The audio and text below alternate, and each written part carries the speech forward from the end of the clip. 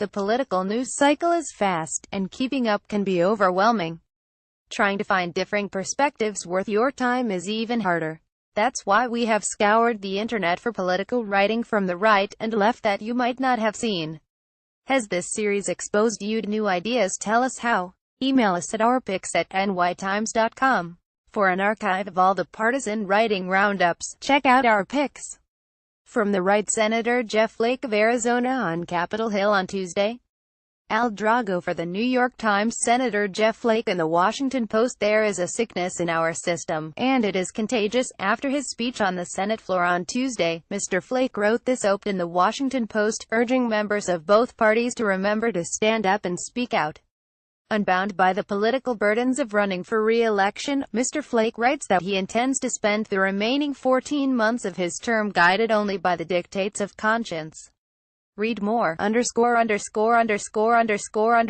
editors of the Weekly Standard. We are left to conclude that Trump and his confreres wanted Flake defeated merely because Flake has said critical things about Trump.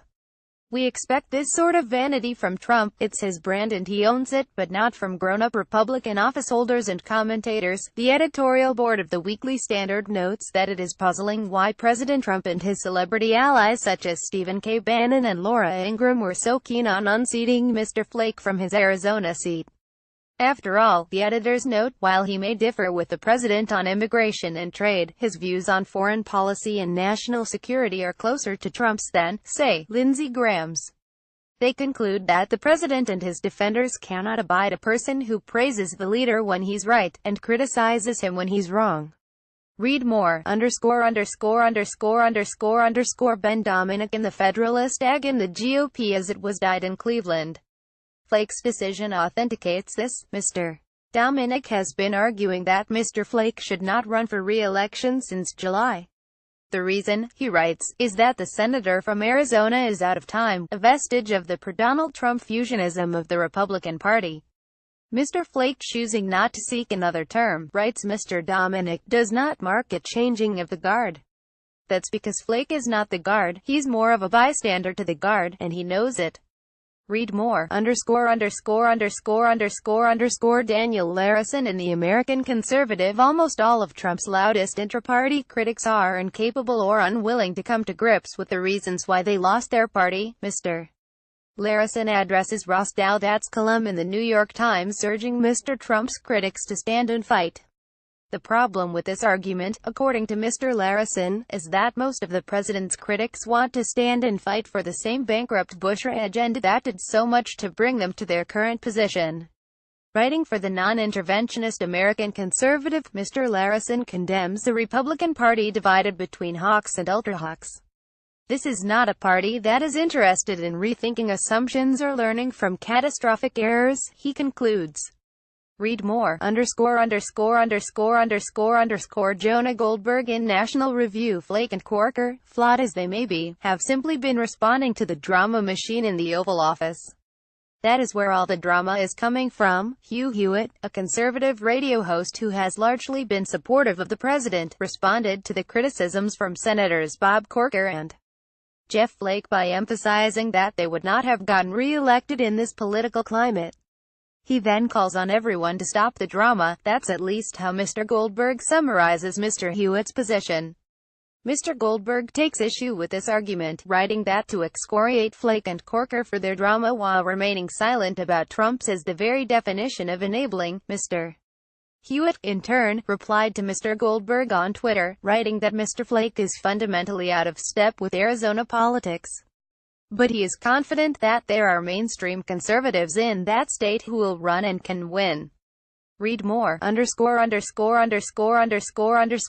left, Senator Bob Corker of Tennessee. Al Drago for the New York Times. John Nichols in The Nation. The measure of responsible republicanism in these times cannot be made with words, not even with words so powerful as those employed by Jeff Flake on Tuesday afternoon.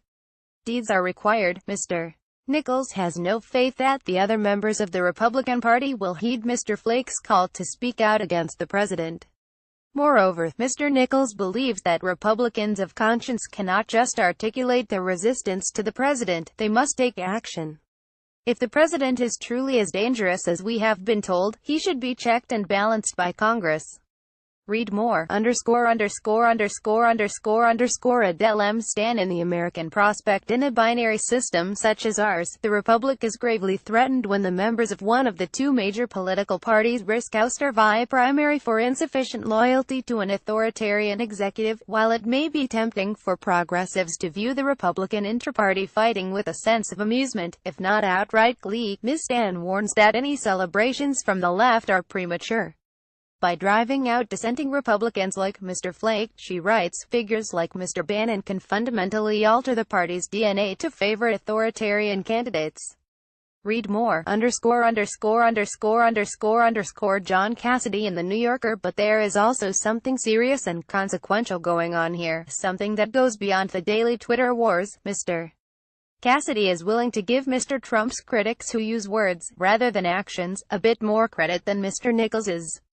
He contends that the history books will treat figures like Mr. Corker and Mr. Flake kindly, writing, in politics, words count less than actions. But they matter nonetheless. Read more. Finally, from the center, Lori Roberts in the Arizona Republic. People who couldn't have been happy with Flake's announcement. Republican Kelly Ward and Democrat Kirsten Sinema. How will Mr. Flake's decision not to seek another term affect the race in Arizona? According to Ms. Roberts, not having Mr. Flake as a primary opponent is bad news for the Bannon-backed candidate, Kelly Ward, whose entire campaign was, "I'm not sanctuary Senator Jeff Flake." Now, Ms. Ward will probably be challenged by an establishment Republican with a better shot to win than Mr. Flake did. It is also bad news for the Democratic candidate, Kirsten Sinema, who was hoping to run against Ms. Ward in the general election. The only thing for certain, writes Ms. Roberts, is that Joe Arpaio, the former Maricopa County sheriff, will tease that he is considering a run but won't ultimately pull the trigger. Read more. Leonid Brzezinski in Bloomberg. In Europe, politicians who feel their party has been hijacked generally go further, sometimes as far as setting up a splinter party. News of Mr. Flake's speech made it into the international news cycle, explains Mr. Brzezinski, where Europeans were left scratching their heads at what amounted to a rancorous admission of defeat, where his rhetoric would have suggested he should fight on. Sometimes, argues Mr. Brzezinski, a two-party system merely suppresses representation and makes people cling to increasingly meaningless political brands. There is nothing wrong with a little political innovation when it becomes clear that the traditional dualism isn't working anymore. However, he is skeptical that Mr. Flake is the type of responsible leader to form a new, strong party. Read more. Benjamin Wittes in Lawfare. This speech will be remembered not merely for its eloquence and its moral correctness but also for its intellectual content and its courage at a particular moment in time. Mr. Wittes addresses those never-Trump conservatives who had hoped that Republican leaders like Mr. Corker and Mr. Flake would have stayed and fought. For Mr. Wittes, the salient fact is that neither Flake nor Corker felt able to be true to themselves without taking the step of not having to face Republican voters again. He admires these men who have manufactured the conditions in which they could speak the truth. Read more. Want the partisan writing roundup in your inbox? Sign up for the Morning Briefing newsletter or the What We're Reading newsletter. Have thoughts about this collection? Email feedback to ourpicks@nytimes.com.